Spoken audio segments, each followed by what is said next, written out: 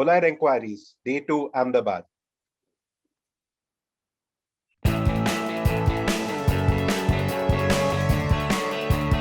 Frank asks, remember when somebody said Pant wasn't first choice? He could be forced to bat with his legs and wicket-keep with his teeth, and it would still be worth picking him over Saha. Was it an option that we could just get him batting with his legs and keep him with his teeth? Because if so, England would like to take that option, thank you. Jitin asks, a reverse lap sweep shot against Anderson bowling with a new ball. Has there ever been a more extraordinary shot in the history of Test cricket? It's as good as it gets. Oh, look, there have been lots of extraordinary shots. I'm not going to pick one, but it's as good as it gets. It's brilliant. And a reminder that modern cricket, for whatever issues we might have with it, is probably as entertaining as it's ever been. But one thing on that, though, I reckon he was on 89 when he played that reverse. Yeah. Wonderfully selfless. Will asks, does Pujara wake up in a cold sweat thinking about facing Jack Leach?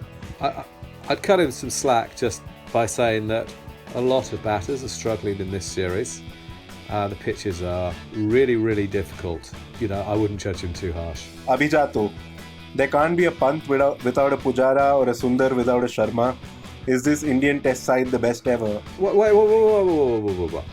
3 hours ago, England had a really good chance to go 2-2 in this series. Yeah? I mean, India were 60 behind with 6 wickets down. So look, it's a really, really good India side. But whoa, with the best ever, whoa. They're not even as good as they were last week when they had Bumrah. I mean, if you're talking about an era of Indian cricket, then yeah. I mean, maybe, yeah. Yeah. Just to have the depth where you don't have Jadeja, you don't have Shami for this series, and you're still wherever. I don't think the batting's as good as the era of Dravid and Ganguly.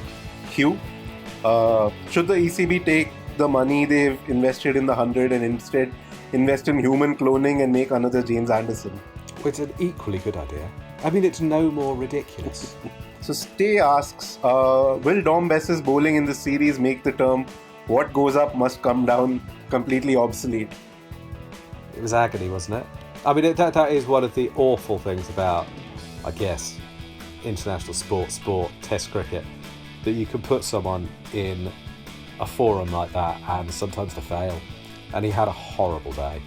Anyone watching, would feel for a 23-year-old whose career was unravelling in front of our eyes, really. I thought it was that bad, didn't you?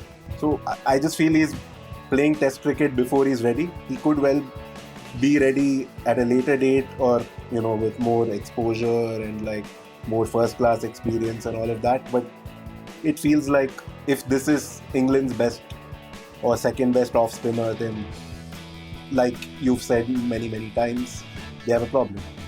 Mark asks, has Stokes bowling shown that he's more kidney bean than has been?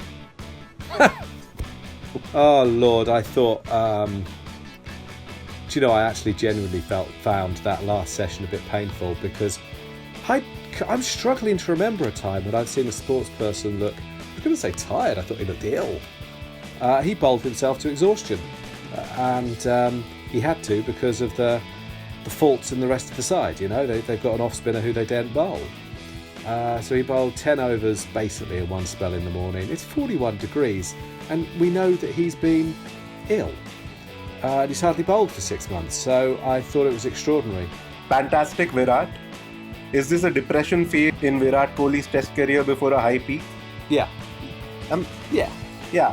I'm not sure it's a depression phase at all. He's not made 100 for a while, sure, but he's making runs and plenty of them, and he's looking as good as ever. Well, as we said about Pujara and every other batter in the series, really, I think that you're going to have to cut them some slack because the conditions are really, really difficult.